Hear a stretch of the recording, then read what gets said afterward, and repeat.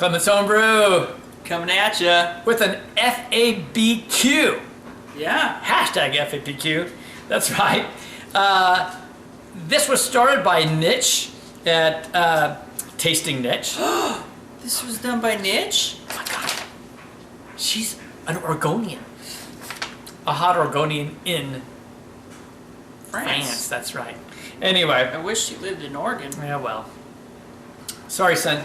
Anyway, Nitch. And Holly. So, Holly, here's my response to these questions and everyone else. And I brought Christian along. Why not? You know, because this is fun. So, we'll both answer these individually. The first question on this, which is the FABQ, the frequently asked beer questions of people that do beer reviews and other, maybe brewing too, is what was your first beer? So my first beer was a Michelob, and it was with my good friend, I'm naming him, David Motzinger over at his house. Sorry, David. And our other buddy, Devin. And we had 3 6-packs of Michelob that we bummed in front of a liquor store, and a guy took 2 of them. So David got 6 and Devin and I got 5. And 5 Michelobs at 15. What about you? Because I don't know if I served it to you or not. Well, I mean, this is pretty obvious. What did you serve me at 2? Oh, well, that wasn't a beer. That was and I didn't serve you exactly. That was a wine cooler. Bartles and James? I can't remember. I'm a terrible parent. I have a Bartles and James, and I'm watching a basketball game, and Christian comes over, and the next thing you know, I look down, he's laying on the ground like a bottle, just chugging the thing. He is just chugging a wine cooler. So it was all over right from then. But he did a great happy dance, though, afterwards. It was great. But I was in trouble. I never danced after that again. No, I would say that He had rhythm. Dad was kind of a beer snob. Well, not a beer snob, but he didn't care for crummy beer. So when we first moved up to Oregon, he found the Widmer Brothers and the Hef, and I think that would be the first beer I actually really tried. And I'm going to challenge that. I think it probably was actually one by McMinimans, because I used to bring the growlers home. You're right, it was probably Terminator Stout. Yeah, probably. But that's the first one I remember is out of a bottle. But yeah, it probably was McMinimans. It was probably from a growler, from a jar. All I know is probably younger than I should have had beer. How did you get into beer geeking? Real craft beer started in Switzerland. I was 18, and I was pulled out of an audience of 300-something people to do a yodeling contest. It turns out it's a beer guzzling then yodeling contest, and it was a glass this big, and beer was spilling over the sides, and it was room temperature. I thought it'd be horrible, and it was great. That was when I kind of beer geeked. And then in the mid-90s, Christian knows I went on the road doing a lot of work on the road. Yes.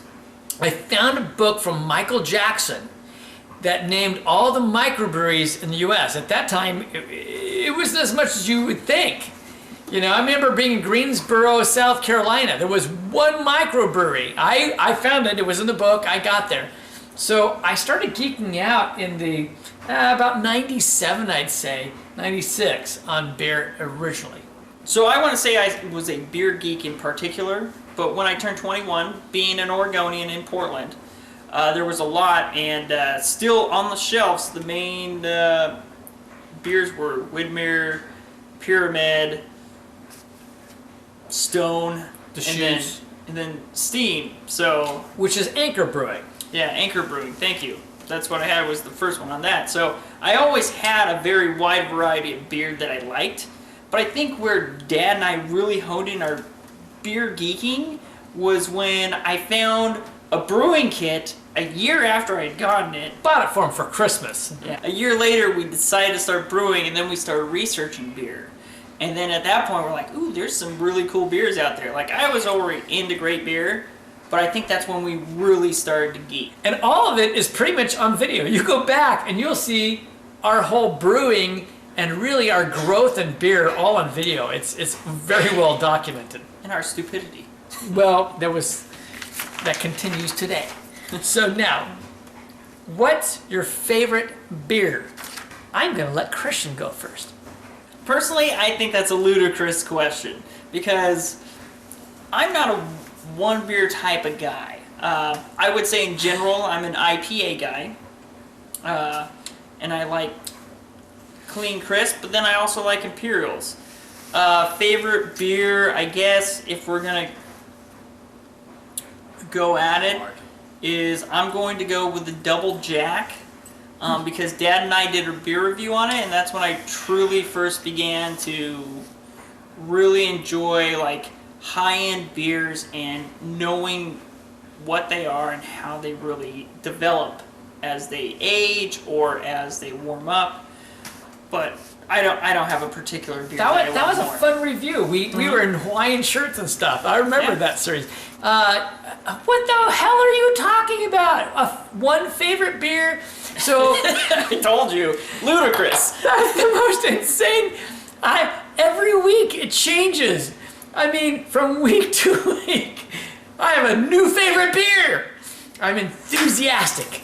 All right, so right now, this is my favorite beer. The thing is, though, that as far as a favorite beer, that's like picking a favorite child. It's impossible to do. So, but I'm gonna go, it has to do with company and circumstances. So my favorite beer is one that got a 100/100 rating, and I'm gonna go with Black Tuesday, and I did it right out in the backyard here with Tony Yates. It has to do with company. Tony, you know, I haven't talked to you as much as I should, but you are an amazing guy. I love you. Wait a minute, what about favorite ciders? Ooh. This one is from S.J. Port. He made the revolutionary cider, which was 22% cider. My God, and the first time I tried it was in his basement. I got to try it out here on the West Coast again in a saltwater hot tub in downtown Portland. I mean, that's just off the charts. And Moments I always miss. he always misses. And then the next one was my own.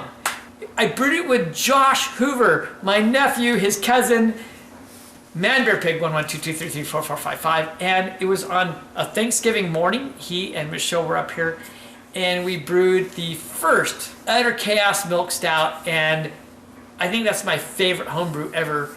It was just always off the charts happy. So there you go, favorite beers. That's the best I can do. There we go. Next question. If you could only have one beer, only have one beer, what would it be? Next question. Up until I opened this one up, it would have been a style. It would have been New England IPA because I just was brewing one. Life is about variety. Yes, that's right. And you don't take that away. So I don't even know what my favorite food in the world is. Probably a tamale. All right. But This goes hand in hand with the question.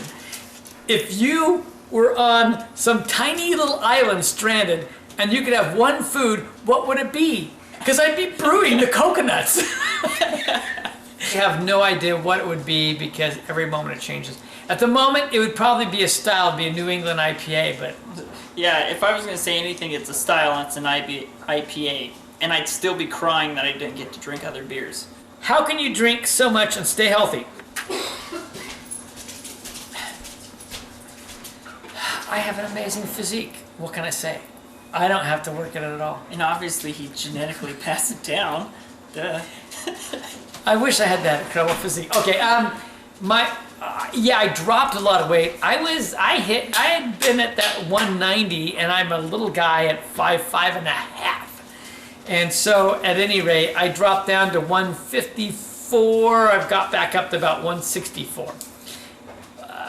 But it's a lot better than 190. And it's really about balancing the types of foods and everything, and I owe that to Tony Yates. So he's helped me with that. And then every so often I go to Christian's house and I bring a chainsaw and lug around wood and cut things to lose weight. Yeah, stuff happens. For me, I'm still young, so I still can get away with it, but I love the gym, I love running, and I love being outdoors and doing activities. Hiking. So at this point, I've been getting away with it, but it's slowly catching on, so... Next question. Are you an alcoholic? Let's think about this. Here we are! fucking Rolling Rock beer for our 49th beer review. This is the drunken beer review. The drunken beer review. Hold on. Oh, what do you get, Dad? Ah! Oh, yeah. But, you know, it didn't open very well. My God, I had to push it down. Damn it, Dad, it's Rolling Rock. Don't get so expensive on my ass. Open it. Dad, you're too expensive for my beer. Today I had a beer and it was out of a can. It is clear. And anyways, I'm taking a beer out of Dad's can. Don't acknowledge what just happened earlier. it's clear. Yeah, no. Next question. No, I mean, we're not alcoholics. We just really like to drink a lot once in a while. And sometimes we drink too much in excess, but whatever. All right, hey, we both, I did a 30-day challenge, he did a 90-day, right? Yeah. So, he's got more resolve than I do. Yeah. I'll give him credit there. And I didn't even die from it. And by the way, I tasted some of a homebrew in the middle of the 90-day. But we didn't count that, and everyone said I was okay. All right. I looked really healthy at the end. What's your favorite ingredient in brewing beer? That's a stupid question. You know you can have water, you can have barley, you can have hops and yeast, right? I mean, those are essential. So I gotta go with bourbon. You know, I was really considering water for the hydration. Bourbon. You know, I mean, I'm just saying, right? There's Not bourbon. an alcoholic? We're not alcoholics. We're just saying, We just like alcohol. yeah, we like alcohol. It's not a vice. Do you brew? Yes. Never. I've never brewed. No, of course we brew. That's the only reason we're doing this. Do we and- brew as much as we want? No. No. Do we even Not drink as enough much of as we want? My friends all say they like my beer, but they need to bring growlers over to fill them more often. What can I say? Yeah. No, I love brewing, but I'm not the big science dude. I'm not into that. I'm into for me, I'm the recipe guy. Christian, he goes, Yeah. I'm not the science or recipe, I'm the drinking guy. But Yeah. Not an alcoholic. yeah, it's fun. It's a great hobby. Yeah, I actually need to convert my my chest freezer to be a kegerator so that we can brew more. Who in the beer world do you look up to? Do you have an answer for that? I'll let you start first. All right. Well, one, I've met Greg Cook from Stone. He's a funny, if not insane dude. Yeah, there's a little bit of insanity there. But maybe you have to have some insanity to be a brewer. Maybe. Maybe. I know a lot of brewers. I know a lot of crazy dudes. So I'm going to go local though. I'm going to say the Widmer Brothers. Now, a lot of people will say Widmer Brothers because there's a lot of controversy. I say no, there's none. First of all, the Widmer Brothers started off as dairy farmers Very at the true. coast, okay? And I know some of their family as well as having met them. They just want to make a good Hefeweizen. That's right. And actually, probably milk stouts, like me, because they had dairy. But anyway. But the fact is that the Widmer brothers made this big deal with Anheuser-Busch. They sold 49% of their company. They kept the controlling interest. And that was in order to get distributorship that they could only get through doing a partnership like that. Then once they got the distributorship and things going, they helped other companies start distributing their microbrews, and they started buying back the percentages. The last time I talked to them, I did a tour. Christian and I were both there, and they were saying that they had bought back, it was like 75 or 80% of the company that they owned again. They just write checks to Anheuser-Busch. As far as other people in the beer industry I admire, I'm going to hop over to S.J. Poor. He's a dear friend of mine. I love Stephen and Mary Poor. They're good friends. just love them. What can I say? And there's a bunch of friends amongst them that I hold dear, and they know who they are. And the fact is that SJ started Homebrew Wednesday. He's the godfather of Homebrew Wednesday. And for homebrewers in that community, It's true. he's an icon. He's just an icon. And I'm just... Hashtag BrewTubers. That's right. I love both of them, and I love all these people in this community. And then finally, I want to go just all the reviewers out there. I mean, so I'm going to name, I've got to go for it. Peter, Master of Hoppets, Ryan Rashawn, which is Stumpy Joe Jr., you had Jameson Mockle that was out there for a long time. DJ from DJ's Brew Time started at about my time. And even Johnny, you know who you are, Johnny. I mean, for people I look up to, I'd definitely say Larry Lentz. Have you ever met that guy? He is tall. I just always look up. I mean, and we're talking about that, like Canadian Sasquatch. Jeez. I mean, I'm a short guy, but my neck gets a little kinky. Christian's taller than me, and I've got a few photos side by side with these guys. So who I look up to is homebrewers who have now advanced our society to where it is that we can enjoy craft beer all the time in every single city.